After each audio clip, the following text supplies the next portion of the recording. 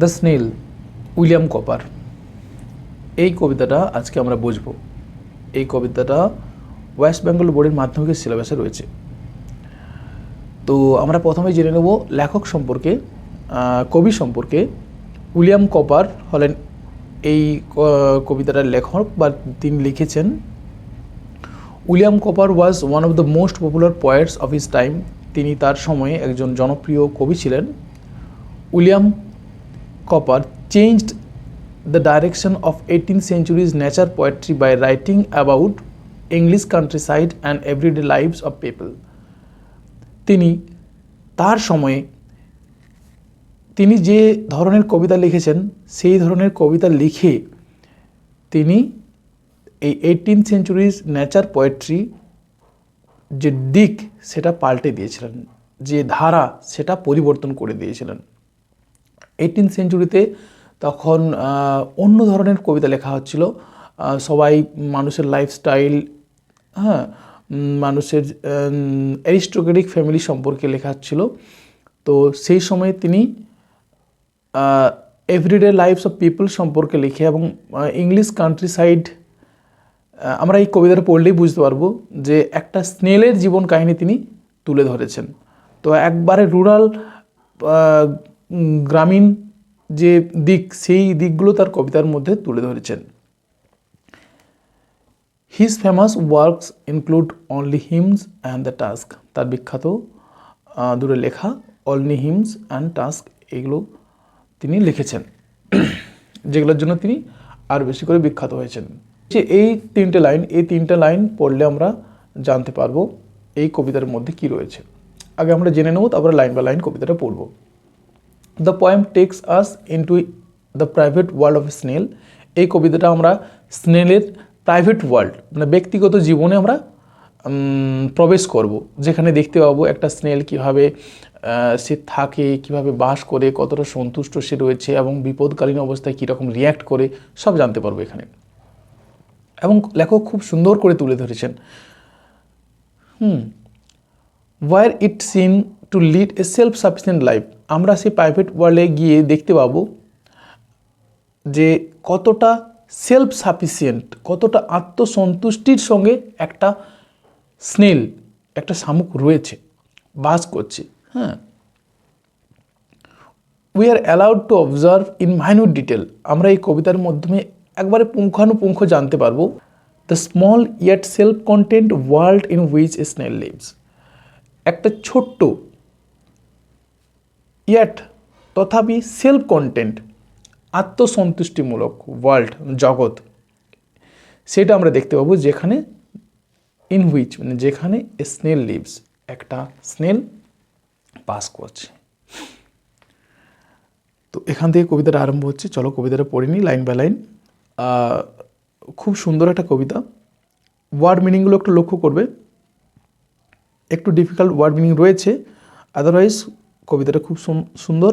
আর কবিতার মধ্যে hyper pattern use করা হয়েছে, মানে সেন্টেন্স কনস্ট্রাকশনে একটু এই রাইম স্কিম মেলানোর জন্য সেন্টেন্স কনস্ট্রাকশন বা ফ্রেজগুলো বিভিন্ন জায়গায় ইউজ করা রয়েছে, সেগুলো আমরা পড়লে বুঝতে পারবো।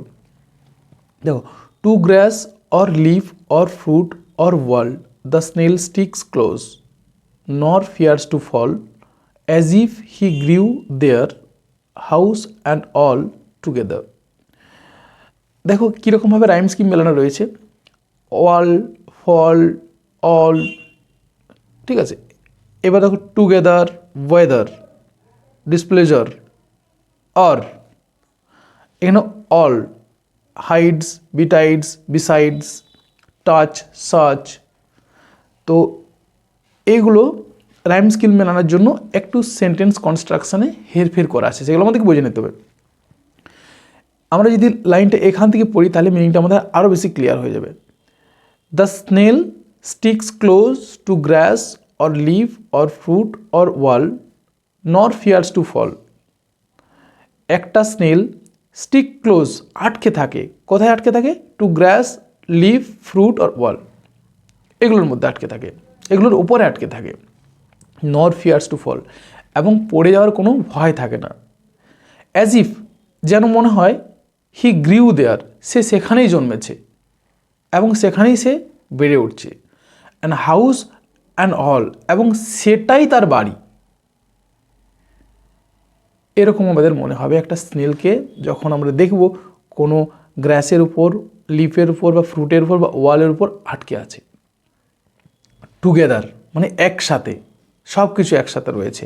মানে এই লিফ বা ফ্রুট যেটার উপরে রয়েছে এবং সে যে রয়েছে সেগুলো একসাথে সব চিপকে আছে। আমরা বাংলায় একটা কথা বলি আর কি, চিপকে থাকা, ঠিক সেই এরকমভাবে চিপকে রয়েছে। আমরা দেখে বুঝতেই পারবো না যে এই ওয়ালটা আর শামুকটা সেপারেটেড, আলাদা আলাদা এন্টিটি। নেক্সট স্টেঞ্জাতে দেখো, within that house secure he hides. Within that house, তার বাড়ির মধ্যে, সিকিউর হি হাইডস, সে খুব নিশ্চিতভাবে হাইডস মানে লুকিয়ে থাকে।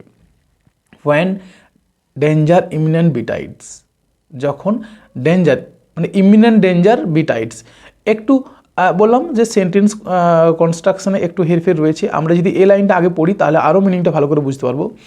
এমনকি এখানে এই ওয়ার্ডটা এই জায়গাতে আসবে, যেমন হোয়েন ইমিনেন্ট ডেঞ্জার বিটাইডস মানে কামস উইদিন দ্যাট হাউস, তার সেই হাউসের মধ্যে, হাউস বলতে তার যে সেলটা সেটাকে হাউস বলা হচ্ছে, সেখানে হি হাইডস, সেখানে সে লুকিয়ে পড়ে।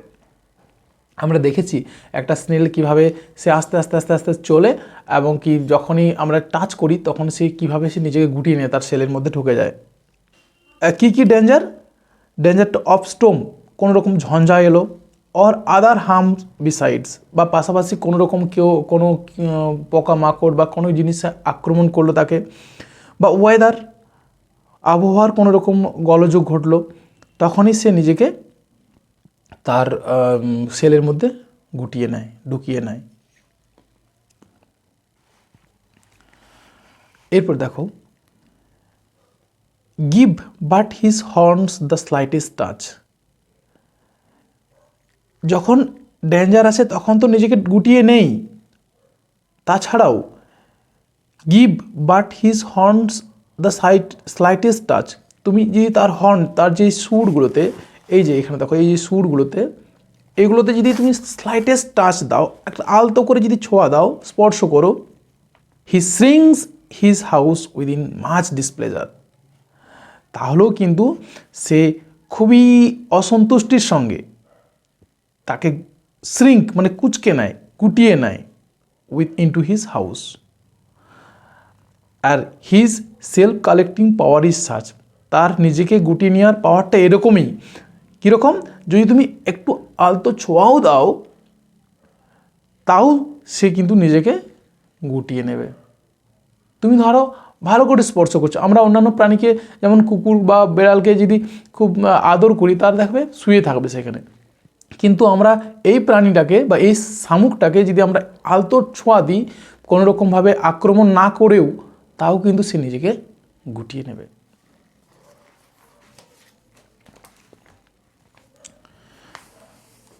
লাস্ট ডেঞ্জার দেখো, where'er he dwells alone, accept himself as chattels none, well satisfied to be his own whole treasure.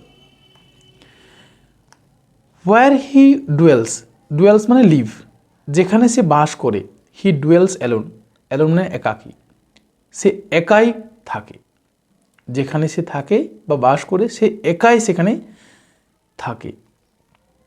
Accept himself, accept মানে ছাড়া বা ব্যতীত, নিজে ছাড়া, অ্যাকসেপ্ট হিমসেলফ মানে সে নিজে ছাড়া, হ্যাজ চ্যাটেলস নান, তার অন্যান্য কোনো চ্যাটেলস, তার অন্যান্য কোনো পার্সোনাল বিলঙ্গিংস, ঠিক আছে, তার অন্যান্য কোনো জিনিস নেই, মানে সে নিজেই সব। Except himself has chattels none, well satisfied to his own whole treasure, তার নিজের যে ট্রেজার সেটাই তার সব কিছু, তার জন্য হোল বলা হচ্ছে, হোল ট্রেজার, সেইটা নিয়ে ওয়েল স্যাটিসফাইড, সে খুবই সন্তুষ্ট, খুবই সুখে শান্তিতে থাকে।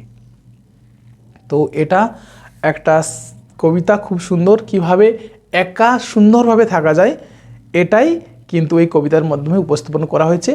এবং কি এই স্নেল কবিতাটা একটা হারমিটের সঙ্গে অনেক সময় তুলনা করা হয়, তুলনা করা হতেই পারে, কেননা একটা হারমিট বা সন্ন্যাসী, সে যেন তার কোনো পরিবার নেই, পরিজন নেই, সে বৈরাগী টাইপের, অন্যান্য বিলঙ্গিং যে মেটেরিয়াল থিংগুলো সেগুলোর উপর সে অতটা কেয়ার করে না, সে স্পিরিচুয়াল যে আধ্যাত্মিক সাধনা তার মধ্যে এবং তার যে জীবন সেটার মধ্যে সে নিমগ্ন থাকে। তো এই স্নেলকে অনেক সময় সন্ন্যাসীর সঙ্গেও তুলনা করা হয়। তো এই হলো একটা সুন্দর কবিতা, আশা করি তোমরা বুঝতে পেরেছো। অনেক ধন্যবাদ আমার ভিডিওটা শেষ অবধি দেখার জন্য। আমি চাইবো তোমরা আমার সাথে থাকো, সাবস্ক্রাইব করে রাখো চ্যানেলটা, আমি আরও এরকম ভিডিও নিয়ে আসবো। Thank you.